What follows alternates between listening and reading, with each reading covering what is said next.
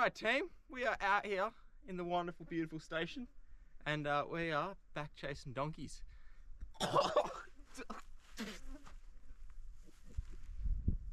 just swallowed a fart.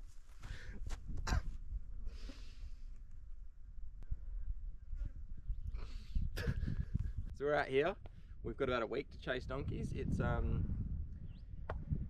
what, September-ish, and it's the wettest it's ever been apparently, so there's probably going to be a lot of surface water, which is probably going to make things a bit more difficult for us. But we're going to try and see if we can't put a couple donkeys on the ground. I may have bought a too big of an esky, but that's okay. We'll see how we go. Let's get out there and start doing some travelling. We are back out, so now that the flies are a little bit deterred by the moving vehicle, I can chat to you. So we got the guns out, magazines are loaded and in, but bolts are empty, nothing in the chamber. It's just in case we do spot a donkey as we're driving. It happens, so you know, you want to be prepared. Never going to turn down some free meat, especially considering I think this might be a difficult hunt. With so much surface water on the station, they're not going to be forced to come into the water where we would normally hunt them. So that might make things a bit more difficult for us, but I did also bring a cheat, and I brought a mate's thermal scope out, so we're going to have a go of that if we don't have any light, and it might also be a good thing to put some hurt on some of the wild dogs with it. So fingers crossed we get out there with no more dramas, and happy days.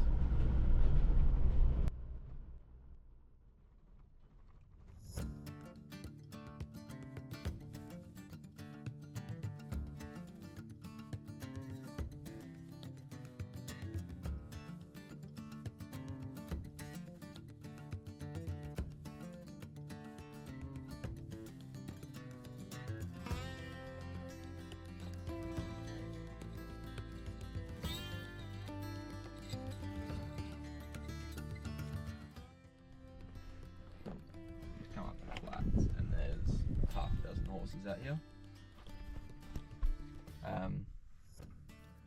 So we are just waiting to see what they do. They kind of want them shot, so I do feel a little weird about shooting horses.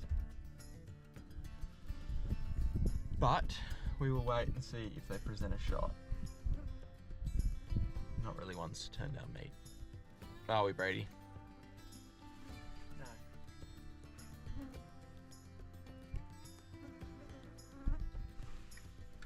Let's see what happens.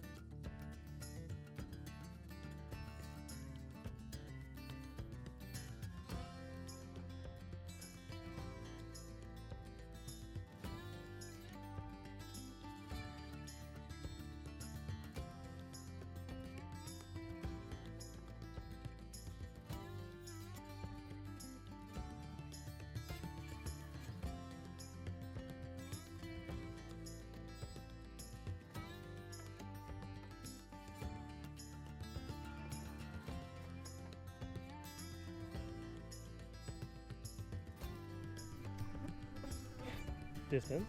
No, kill it, don't kill it. Your call, man. Your call.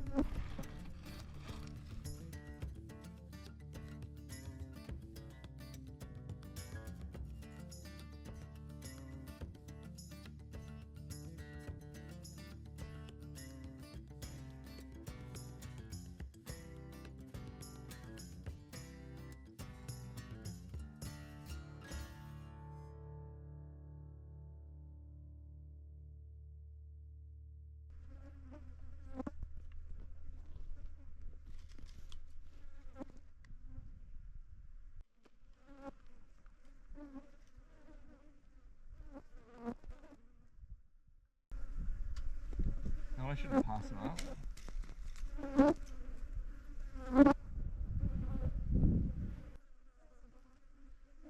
I reckon I'd drop one if it wasn't the first afternoon.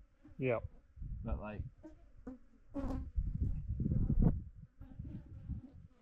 it's just really hard to like be like, yeah, let's shoot 5 horses right now, because that will fill our Eskies.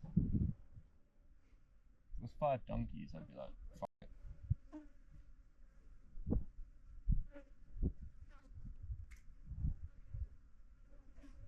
But it's also really hard for me not to pull the trigger when I've got this fucker in. Like, you know, they've got a white dot in their forehead. It's like an aim point.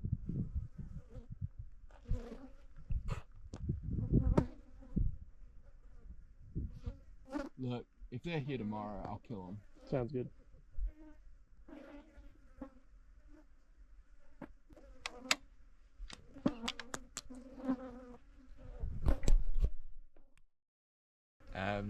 So I got camp all set up, got some firewood ready for tonight's cooking and stuff, and we're just going to go sit the waterhole and see if anything comes in this afternoon. It's about the right time. I think it's about 5 o'clock. So we've got another hour and a half before it gets dark, and we'll just see if anything comes in, and hopefully have some luck. We saw those horses and it was just a bit of a hard sell to shoot them on the first afternoon. If we see them tomorrow, they'll probably get shot, but we're not quite sure our partners will eat them, so we didn't really want to go shooting, have to end our trip on the first day because our Eskies are full, just to take back half a ton of meat and be told I ain't eating that. So we are going to persevere with chasing some donkeys. I'm sure tomorrow afternoon we're going to regret not having shot those. So wish us luck, guys.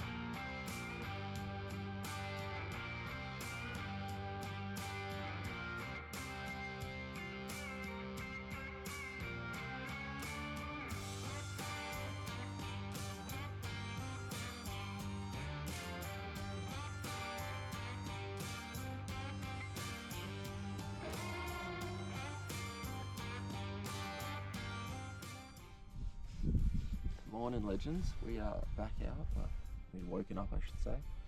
Had a good night's sleep. We slept in a little bit because we figured the flies were going to be horrendous and didn't really want to be butchering in the middle of it. So we are just making some coffees now, and then we're going to go out and get ready to sit.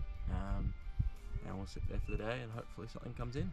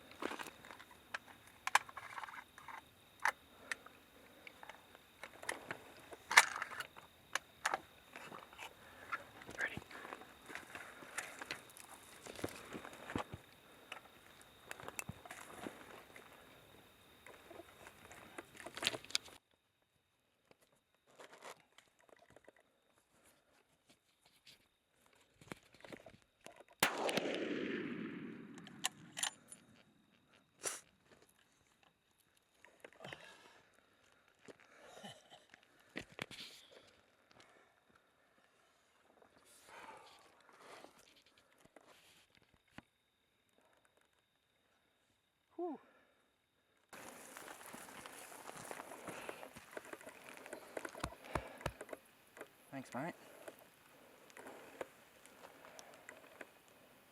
Oh.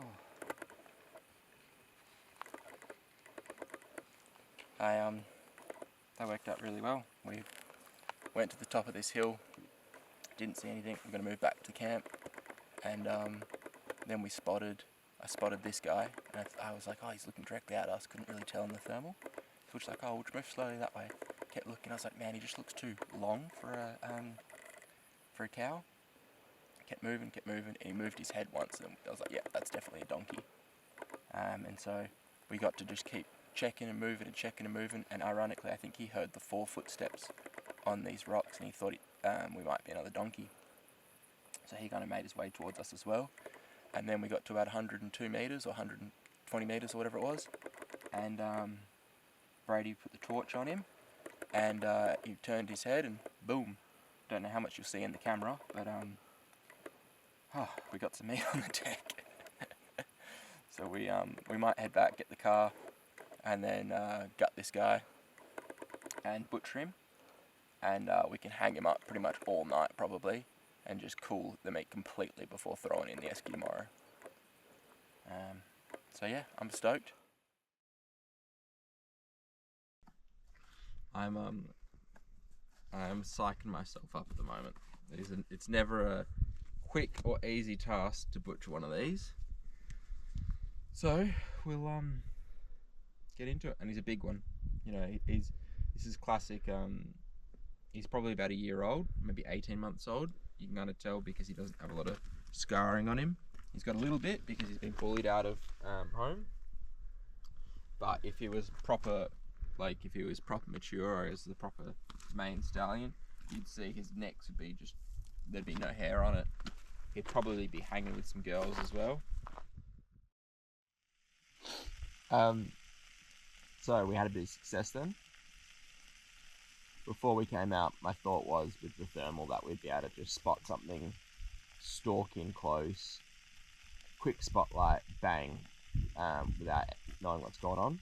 And that was basically exactly what happened. We climbed up a hill, we looked around, we saw some cows, and then on the way back to the car, we spotted the donkey. And we probably spotted it at about 400 metres, 350, 400 metres first. And we just slowly moved closer and closer until we actually knew it was a donkey. And then managed to get within 150 metres. And then within 300, we popped the spotlight on and just bang flop. It was perfect. And then we've just finished butchering it up. We're back at camp. You can hear our dinner sizzling away. It's probably almost 11 o'clock. And we're just discussing what the plan is for tomorrow. We'll probably go sit the dam again in the morning, and try and go for a bit of drive during the day just to break it up. Flies are the worst we've ever had them, and just for our sanity, get out of it for a little bit. Go do that, and then we'll probably sit at the dam again at the end of the day, and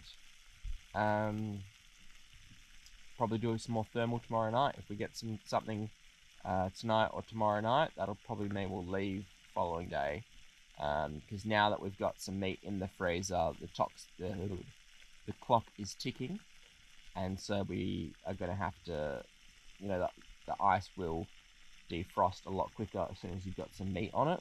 So we've got to get back home to make sure we don't lose anything.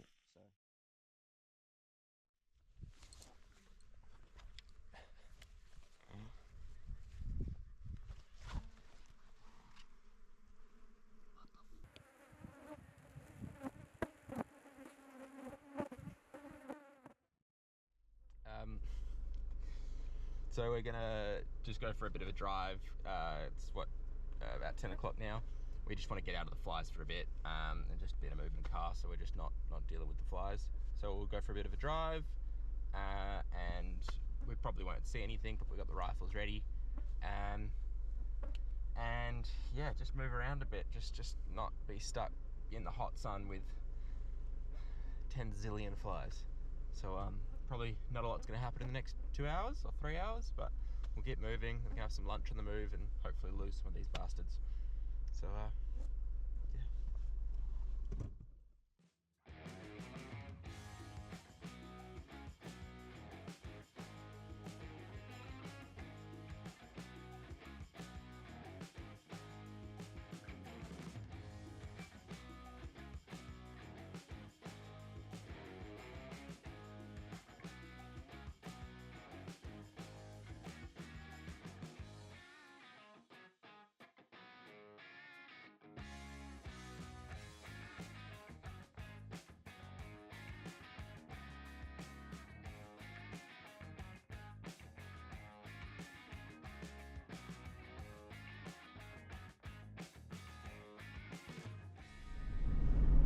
horses.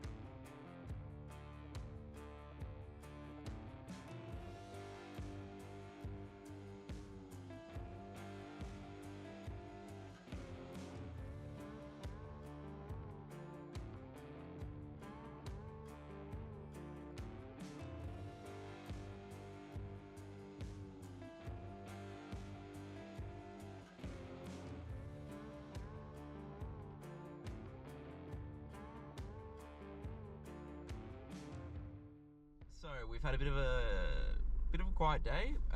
We was at the waterhole this morning. Sorry, and we were there until about 11 o'clock, and then we went driving for a little while. And on the way back to the waterhole, we bumped into the horses again, and that was about midday. And then we watched those for ages. Just hoping they'd stick around long enough for us to have a chance at them whilst it cooled down. But they kind of boogied out of there at about 1 o'clock, and so if we'd shot any of those at 1 o'clock, we would not have been able to save any if at all. Well, much meat if at it all any. So we're gonna head out again tonight, and we're gonna go travelling and just try and go from claypan to claypan, using the thermal to scope for us and see if we can't find some. So fingers crossed we have some luck.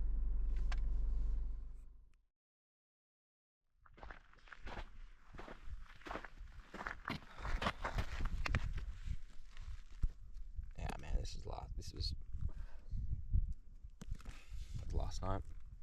So this is classic. What you're gonna find is this won't be the lead stallion, but this will be. So he'll do this. He'll come by every day, every 3 days, and he's going to poop in the same spot, and that'll mark his territory, and he'll do that over his area. We've in the past kind of written this area off for donkeys because we've never seen any sign out here. And then of course, when everything changes, we see some sign. So it's still early. We might see something on the way out.